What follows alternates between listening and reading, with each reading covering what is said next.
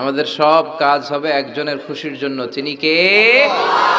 এই জন্য নিয়াতটাকে খালেস করে নেন। ইন্নামাল আমালু বিন্নিয়াত, নিশ্চয়ই তোমাদের কাজের প্রতিদান দেয়া হবে তোমাদের বেসড অন ইউর ইন্টেনশন, তোমাদের নিয়তের উপর নির্ভর করবে। নিয়ত যদি ভালো হয় আপনি সব ভালো হবে, আপনার আমলনামা সওয়াব দিয়ে পরিপূর্ণ হবে। আর নিয়তে যদি গন্ডগোল থাকে কিচ্ছু পাওয়া যাবে না। চিল্লায় এখন ঠিক কিনা? নিয়তটা অনেক দামি জিনিস। In the day of judgement অনেক আলেম জাহান্নামে যাবে, অনেক মুজাহিদ ফি সাবিলিল্লাহ জাহান্নামে যাবে, অনেক মুতাসাদ্দিক মানে সাদকা করেছে দানবীর জাহান্নামে যাবে। নাউজুবিল্লাহ পড়বেন না? কি আজীব কথা! আলেম জাহান্নামে যাবে কেন? দানশীল ব্যক্তি জাহান্নামে যাবে কেন? নিজের জীবনটা বিলিয়ে দিয়ে, তাজা রক্ত জমিনে ঢেলে দিয়ে যে শহীদ হলো সে জাহান্নামে যাবে কেন?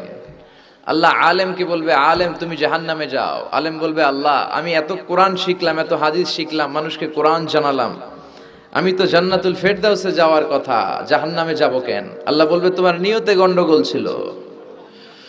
তুমি আলেম হয়েছো লিউকাল লাকা আলিম কবীর, লোকজন তোমারে বলবে তুমি অনেক বড় আলেম, তুমি অনেক বড় মুফাসসির, তুমি আল্লামা, তোমার নামে স্লোগান হবে, তাকবীর হবে। এগুলো পাওয়ার জন্য দুনিয়াতে ইলম অর্জন করেছো, আর এগুলো তো তুমি দুনিয়াতে পেয়েছোই। আমার কাছে কি চাও? আমার কাছে তোমার জন্য কিচ্ছু নাই। Go to the hell fire, জাহান্নামে চলে যাও। অনেক মুজাহিদকে আল্লাহ বলবে, ইয়া মুজাহিদ উদখুলিন নার, জাহান্নামে যা।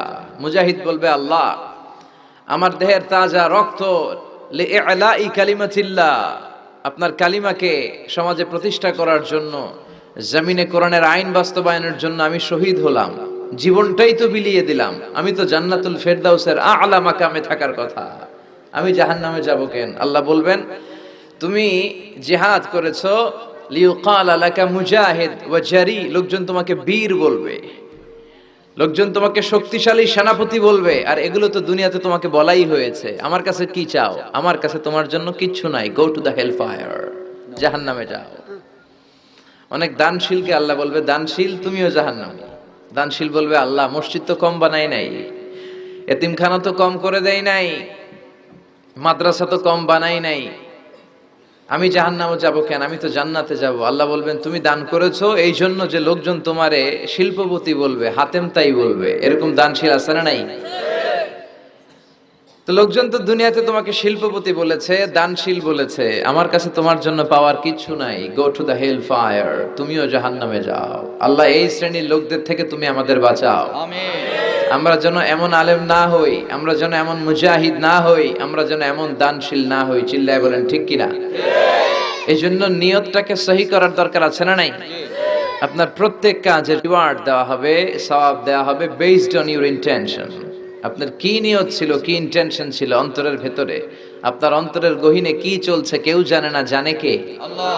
আল্লাহ সব জানে। এই জন্য নিয়তকে খালেস করে নেন।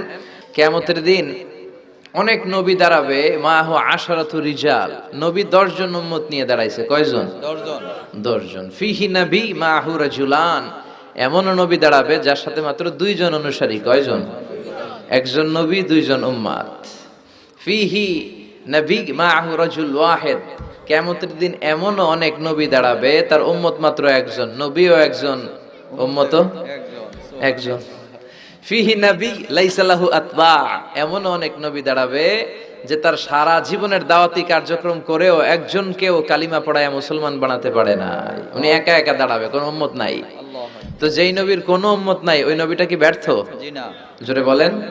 সেও সাকসেসফুল, সেও সফল। কারণ সফলতা দেখবে আপনার ইন্টেনশনে কি ছিল, আপনার নিয়াতে কি ছিল, আপনি খুলুসিয়াতের সাথে, সিনসিয়ারিটির সাথে আপনার দায়িত্বটা আপনি পালন করেছেন কিনা। চিল্লায় বলেন ঠিক কিনা?